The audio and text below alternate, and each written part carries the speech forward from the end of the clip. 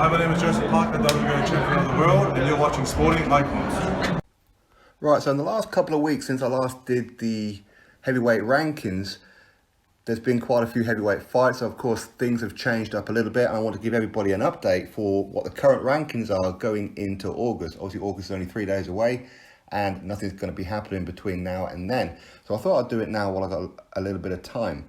Now, I'm going to be using Boxrec. Reason for that is because it's a uncorruptible system, if you like, where people could look at WBC, WBO, WBA, IBF, etc., and of course Ring Magazine and whatever else as potentially corruptible. Not saying that they are corruptible, but potentially where they could favour certain fighters in certain positions, all that kind of thing. But Boxrec has no bias. Okay, they base it on how many fights a fight is having, how active they are, who are they fighting, and how did the fight go? As in, if you knock somebody out, you get more points. If it goes to a point system, you get points, but maybe not as many. If you blast somebody out, etc., etc. Okay, so this is why I use Boxrec, and there's been quite a few changes. There really have.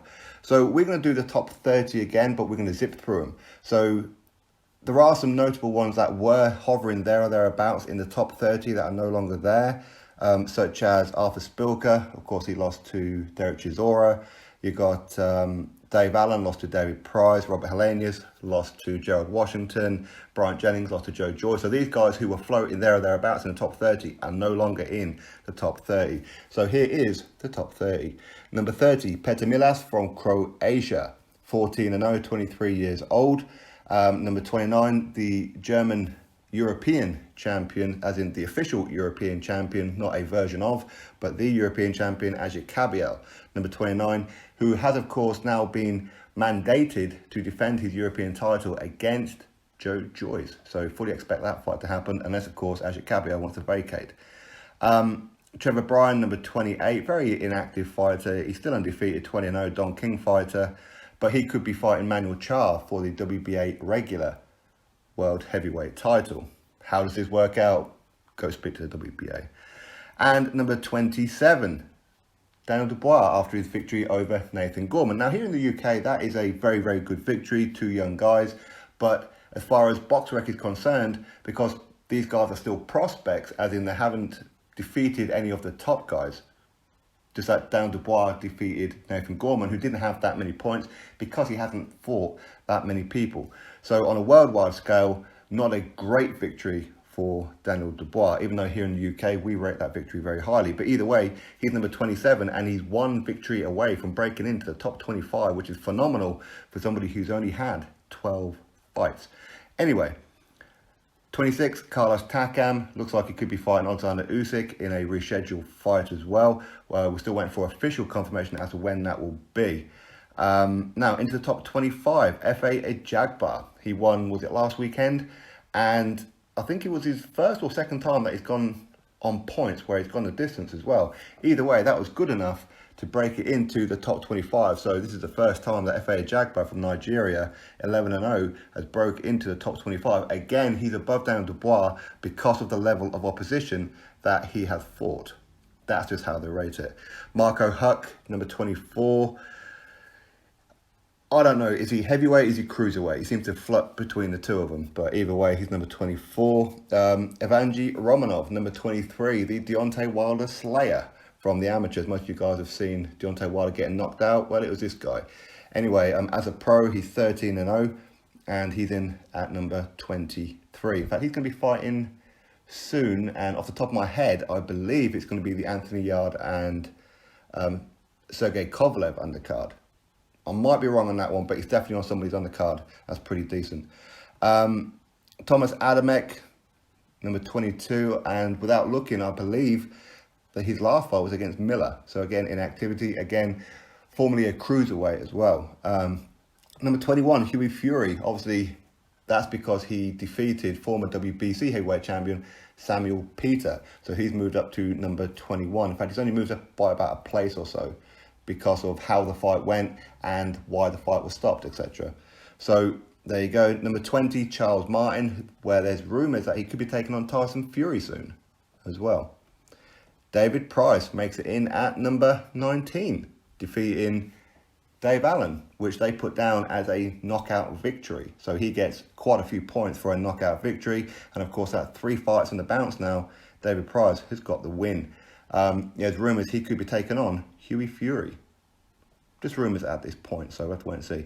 Joyce, number 18, after defeating Bryant Jennings. Again, he got on points, but it was such a close fight, he didn't get that many points.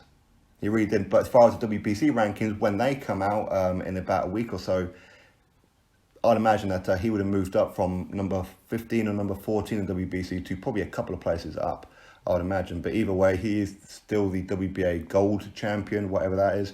But officially, he's number 18. Filip Hrgović. Now, he got a victory, was it last weekend or the weekend before, I think it was, looking real good, only 8-0. And again, people say, but he's only had 8 fights, and the likes of Jagba's had 11, you've got Daniel Dubois, who's had 12, how come he's above them?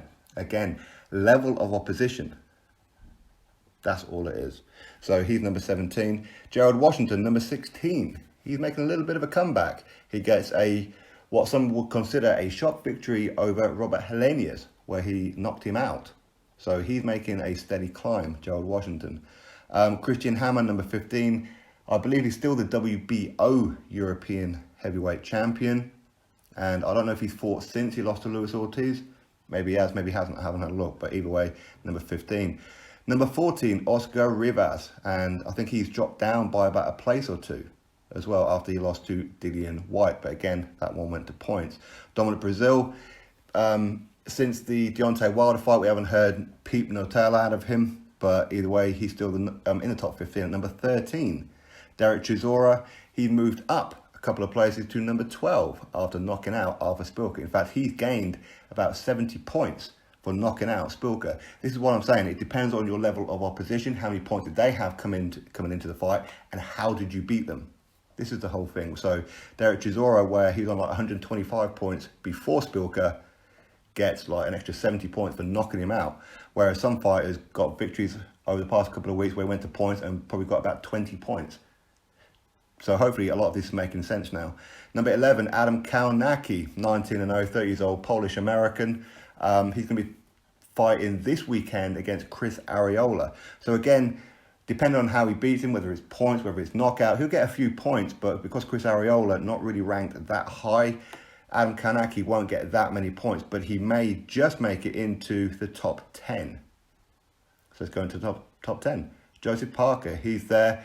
A couple of weeks ago, he fought Alex Leopai from Australia. So it was a New Zealand versus Australia, Samoan versus Samoan fight. And he gets the victory there. So he is maintaining his number 10th position. And he's going to be out again soon, I believe.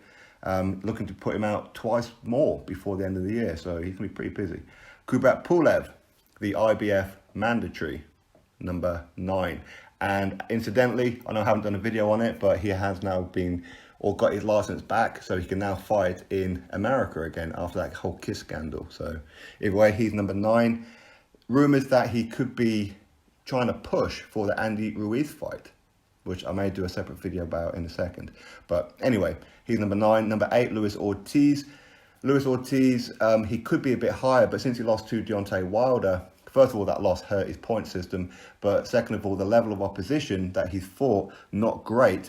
But as far as points and recognition go, Christian Hammer is a decent win as far as Boxrec goes. But wins over Razvan Kajanu and Travis Kaufman, not so much. But a victory over Deontay Wilder will propel him right the way up. Or depend on how he defeated him. If he defeated him on points, he'd probably get a few points, but not a great deal. But if he knocks out Wilder, massive points because of the position that Wilder's currently in.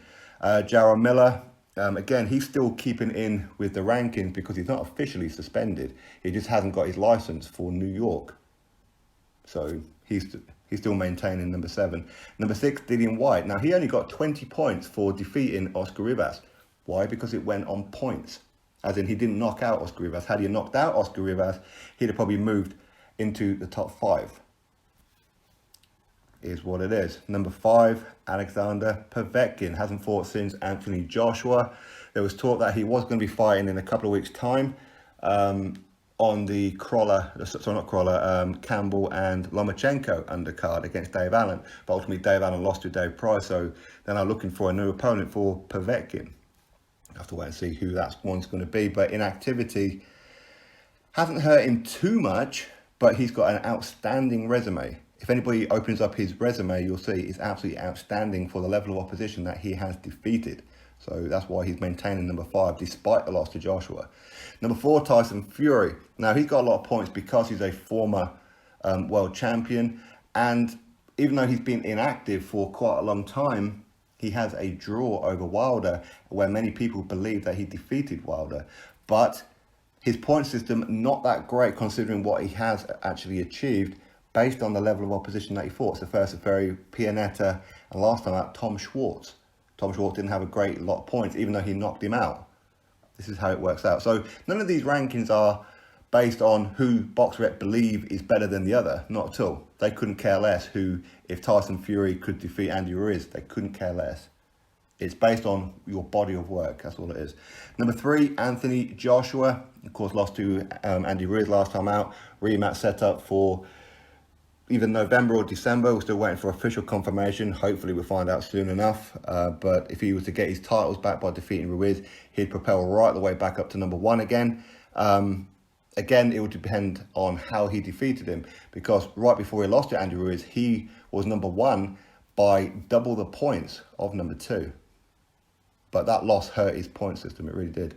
Deontay Wilder, still number 2. Again, I mean, you could say, but he's got like a 39 knockouts out of 42 fights. And yes, he's got 1 draw. But again, it's the level of opposition. Do you understand that part? Okay, so the level of opposition that he's been fighting hasn't been getting him a lot of points. He's been getting him 5, 6, maybe 10 points here and there. So this is the whole thing. If Wilder was to defeat Luis Ortiz next time out, whenever that's going to be, it's rumored to be November now, I'd imagine he'll get quite a few points, but it won't be enough to overtake currently Andy Ruiz, who's at number 1 due to the points gap. So if Deontay Wilder wants number 1, he's going to have to either get Ruiz, Joshua, Fury, Povetkin, or Whyte and demolish them. Anyway, number 1, Andy Ruiz Jr. As I said, rematch with Anthony Joshua at the end of the year. The reason why he's got so many points is because of who he fought and the fact that he knocked down Joshua 4 times and got a knockout victory. So that's why he's number 1. Will it all change in the rematch? Who knows? Who knows? Maybe Ruiz will cement himself as number 1. Maybe he'll drop down the pecking order a bit, but he won't drop down too much by losing to Joshua. He'd probably still be in the top 5, I would imagine, based on his points. So anyway, that's what's going on. Drop your thoughts below about it. Click thumbs up, subscribe. Catch you all on the next one.